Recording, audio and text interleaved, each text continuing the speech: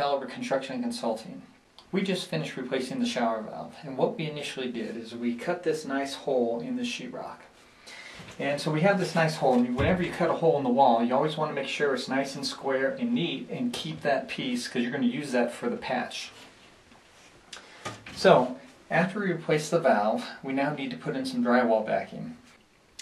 So it's important to make sure that when you have an edge of a sheetrock and you go to patch, you have to put drywall backing right here to support the back of your drywall. And what we're doing with this is with some 2x4s, we just cut them about this long. You stick them up there. And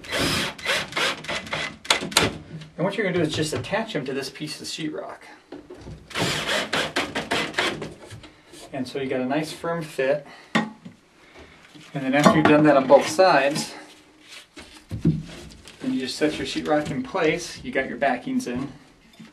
And when you put in drywall screws, you want to always make sure that the screws dimple. It just goes down to recesses so they don't stick up at all, so that when you mud it, they don't get in the way and they're not sticking up. So now we're going to put on the tape. We're using mesh tape here, and what that's going to do is cover the seams.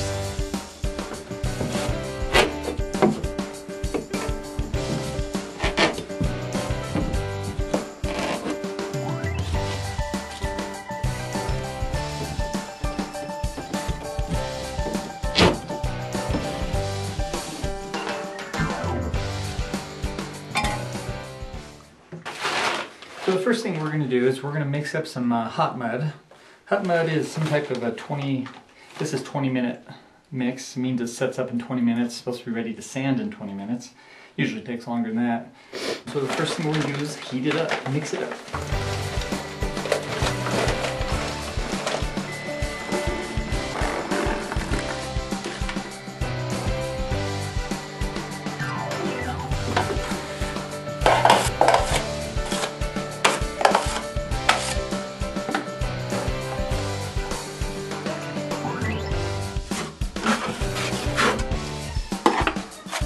What you want to do is you put your first layer over the tape, over the seams. Since we're using hot mud, this will set up pretty fast.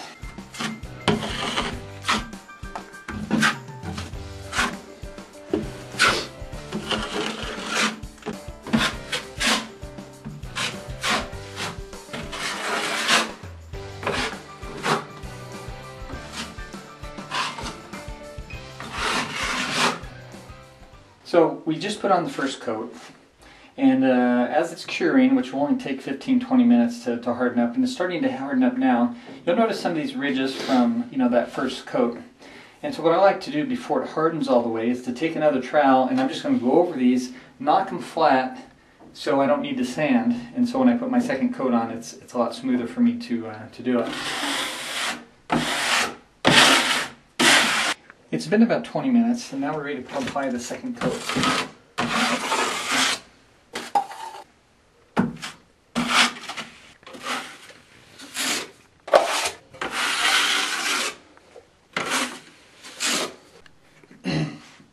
Sometimes you have to try different options to get the right look that you want when you're matching drywall mud or matching texture.